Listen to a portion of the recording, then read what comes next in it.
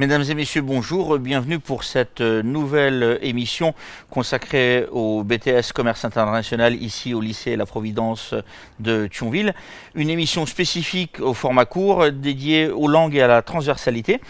À cette table avec moi, Elisabeth Wagner, professeure d'anglais, mais qui nous parlera plus largement de l'ensemble des langues qui sont abordées ici dans ce BTS, et Véronique Leray, professeure de commerce international. Mesdames, bonsoir. Bonsoir. Elisabeth, je vais commencer par vous. On l'a abordé tout à l'heure dans une émission très généraliste de l'importance des langues dans ce BTS. Qu'est-ce qui fait l'importance des langues dans ce BTS? C'est vrai que les langues sont vraiment au cœur de ce BTS. Donc, les étudiants vont étudier 2 langues étrangères différentes. Donc, l'anglais LV1 obligatoire, ainsi que l'allemand, l'espagnol ou l'italien, avec l'option de faire du luxembourgeois pour les étudiants le souhaitant. Et c'est vraiment au cœur de leur formation, pour leur carrière. Puis aussi, dans la vie de tous les jours, les langues sont vraiment essentielles. On met vraiment l'axe là-dessus, sur les langues étrangères. Alors, excusez-moi, je vais vous embêter 30 secondes avec Oui. ça. Visiblement, vous avez un accent qui me semble être un accent américain. Vous-même, ça a été compliqué d'apprendre le français? C'est vrai que le français est une langue difficile à apprendre, mais il faut, avec un peu de persévérance, tout est possible. Et c'est vraiment ça que j'essaie de transmettre à mes étudiants. Tout est possible, en fait, et il faut juste s'accrocher et avoir beaucoup de motivation, en fait, pour apprendre les langues. Mais nous, les professeurs, on est là pour encadrer les étudiants et leur faire part de notre motivation. Et voilà. Si je parlais au moins à moitié aussi bien anglais que ce que vous parlez français, je serais le plus heureux. Plus sérieusement, vous nous avez parlé de deux langues qui doivent être apprises. Est-ce que on arrive au même niveau sur les deux langues ou il y a quand même une vraie très grosse prédominance sur l'anglais? L'anglais, en fait, c'est vrai qu'on vise le niveau B2. Donc, les étudiants, quand ils sortent déjà du lycée, en fait, le niveau qui est visé en fin de terminale, c'est le niveau B2.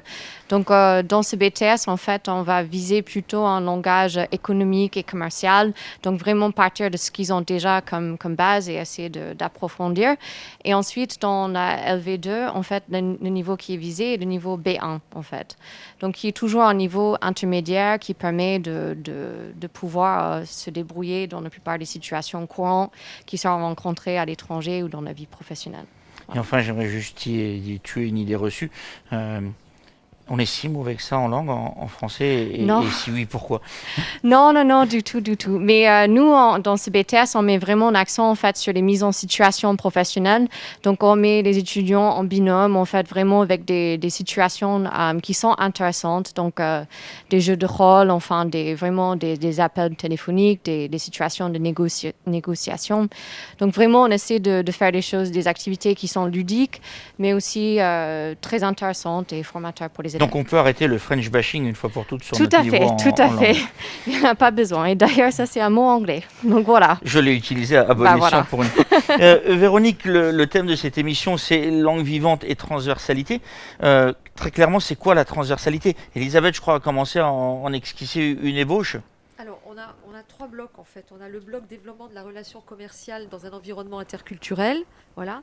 Mise en œuvre des opérations internationales et participation au développement commercial international. Donc, dans le développement de la relation commerciale dans un environnement interculturel, l'objectif pour l'étudiant, ça va être d'assurer, je dirais, des fonctions d'import-export. On va, si vous voulez, prendre des situations concrètes, des situations professionnelles. Il y aura des mises en situation qui vont être prises dans les blocs 2 et 3 que je viens de présenter.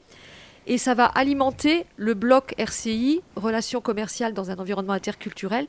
Et dans ce bloc RCI, les étudiants vont devoir communiquer en anglais et en français.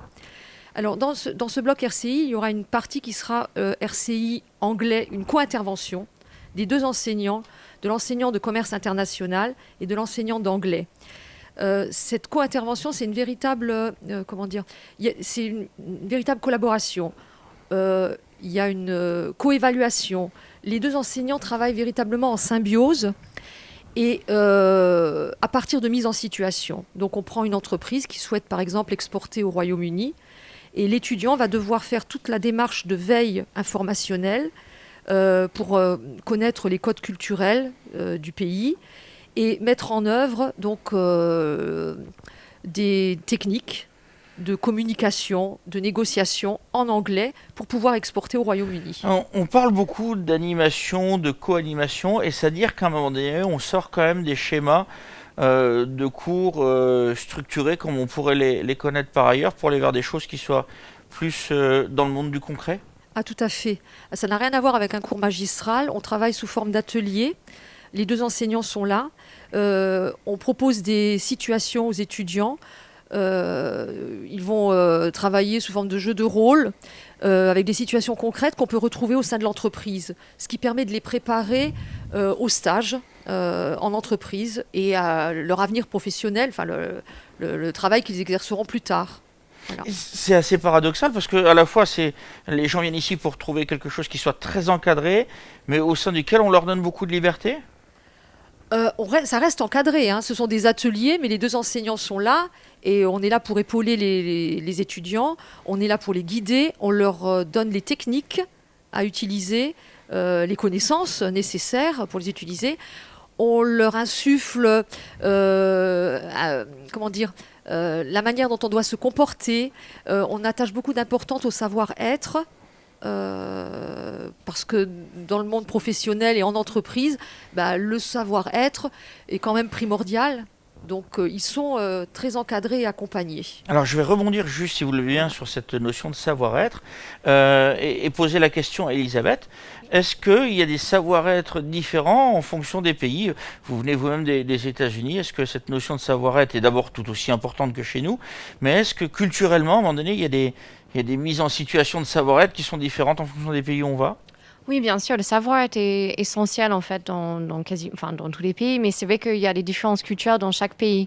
Par exemple, nous allons voir en cours que par exemple aux États-Unis, c'est très courant de parler à son supérieur par les prénoms, et utiliser des diminutifs. Enfin, il y a plein de choses qui sont différentes. Enfin, c'est des choses qu'on traite en cours ensemble. Et je voulais aussi rebondir sur ce que disait Véronique, comme quoi en fait nous on fait beaucoup de travail en groupe parce que c'est ça en fait qui fait c'est le travail en équipe. En fait, c'est vraiment des compétences qui sont essentielles quand ils seront dans le monde du travail. Donc, c'est vraiment des Vous choses leur inculquez déjà des notions de team building? C'est ça, team building, teamwork, en fait, be a team player, tout ça, c'est vraiment des choses que nous, on fait, en fait. Donc, c'est essentiel, en fait. J'ai épuisé le stock d'expressions anglaises que C'est j'étais ça. capable d'utiliser sur une seule émission. Véronique, vous avez abordé le sujet tout à l'heure et on le verra dans une émission spécifique consacrée à cela. Vous avez parlé des stages tout à l'heure et des stages à l'étranger. Mais on va quand même aborder un peu le sujet de l'importance des langues dans ces stages. Est-ce que c'est difficile pour des élèves qui ne sont malgré tout que des élèves à ce moment-là d'aller faire des stages à l'étranger et de baigner dans la langue du pays? Il y a toujours une appréhension, ils sont encore jeunes. Partir à l'étranger, c'est loin, donc on est là justement pour les aider. On a des banques de données, on a des contacts avec des entreprises étrangères. Le professeur d'espagnol a des contacts en Espagne, le professeur d'anglais a des contacts aux États-Unis, au Royaume-Uni. Donc ils sont quand même très accompagnés. Et ça les rassure quelque part en fait d'être aussi bien suivis, d'être aussi bien accompagnés. Elisabeth, comment on arrive à aller au-delà de son appréhension et de cette difficulté à dire j'y arrive pas, j'ai peur, je suis passé pour un imbécile, on va pas me comprendre? Du coup, nous, en cours, en fait, déjà dans un premier temps, on essaie de faire des mises en situation où les élèves peuvent, par exemple, discuter entre eux avant de prendre la parole devant la classe. Donc, comme ça, ils peuvent se sentir un peu plus en confiance en discutant avec le binôme. Et ensuite, en fait, vraiment, les stages, en fait, c'est vraiment un moment essentiel. En fait, c'est vraiment plonger dans le grand bain. On n'a plus trop de choix d'être... on ne peut pas être bloqué parce que c'est essentiel pour survivre, en fait, de communiquer dans une langue étrangère. Donc, souvent, nos étudiants en première année, ils ont vraiment le déclic, en fait, quand ils vont à l'étranger.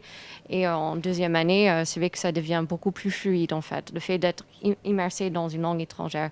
Et d'ailleurs, nous, chez nous, on fait 8 semaines, en fait, à l'étranger en première année. Donc, c'est minimum 4 semaines, mais chez nous, on a décidé de mettre 8 semaines à l'étranger en première année. Ce qui fait que là, on plonge réellement dans le bain culturel et linguistique du pays où on va. Tout à fait. On s'est dit que c'est vraiment essentiel pour les étudiants d'avoir une expérience prolongée et de pouvoir apprendre la culture, se sentir plus à l'aise dans les langues. Et d'ailleurs, on encourage les étudiants de partir dans tous les pays, enfin plein de pays différents, que ce soit pour parler anglais, que ce soit pour parler espagnol, italien, allemand ou autre. En fait, c'est vraiment, on encourage tout. Et ça peut être une occasion de booster son niveau en langue ou sinon de renforcer un niveau qui est déjà très solide.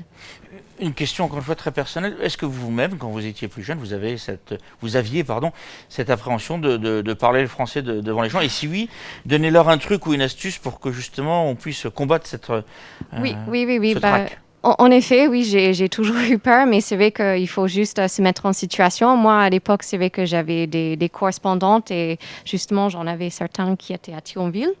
Ça m'aidait à me sentir un peu plus à l'aise. Et surtout, en fait, c'est vraiment quand j'ai fait un séjour linguistique en France qui m'a beaucoup aidé. Donc, c'est vraiment ce que j'essaie de dire à mes étudiants, que c'est important de plonger dans le bain et de saisir l'occasion pour les stages, pour aller dans un pays où ils vont pouvoir s'exercer en langue étrangère. Elisabeth, merci. Véronique, juste un dernier message. Si il y a des gens qui nous regardent et qui se disent j'hésite un peu, est-ce que c'est vraiment pour moi?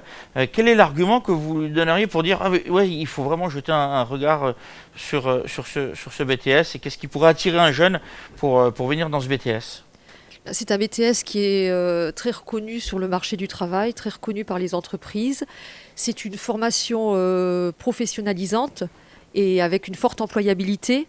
Donc dès la fin, je dirais, du BTS, le diplôme en poche, on peut trouver du travail si on souhaite directement trouver du travail. Et c'est aussi un BTS qui permet d'envisager une poursuite d'études en bachelor, en master. Donc ça ouvre énormément de portes. Voilà. Et je voudrais juste rebondir sur ce qu'a dit Elisabeth tout à l'heure.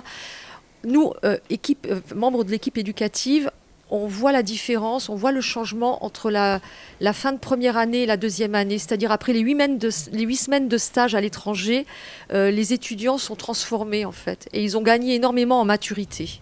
Voilà. Vous m'avez quasiment coupé l'herbe sous le pied, puisqu'on aura une émission spécifique dédiée au parcours des élèves, et notamment le témoignage de 3 élèves qui disent concrètement effectivement ce que vous venez de dire. Et d'ailleurs, je vous invite, en parcourant sur les réseaux sociaux ou sur la chaîne YouTube, à aller voir ces témoignages.